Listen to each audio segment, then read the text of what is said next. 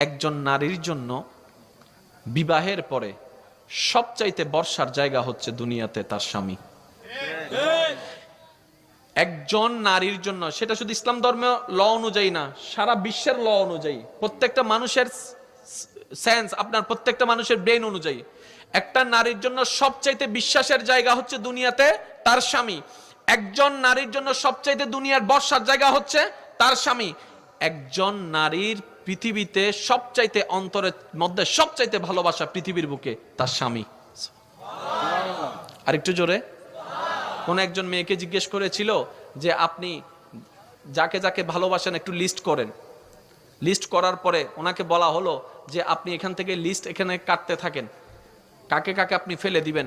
এভাবে কাটতে কাটতে কাটতে কাটতে কাটতে কাটতে এক সময় উনি সবার নাম কেটে দিলেন, স্বামীর নাম রেখে দিলেন। তো জগৎ প্রশ্ন করলো, আপনি এটা স্বামীর নাম রাখলেন কেন? সবাই আমাকে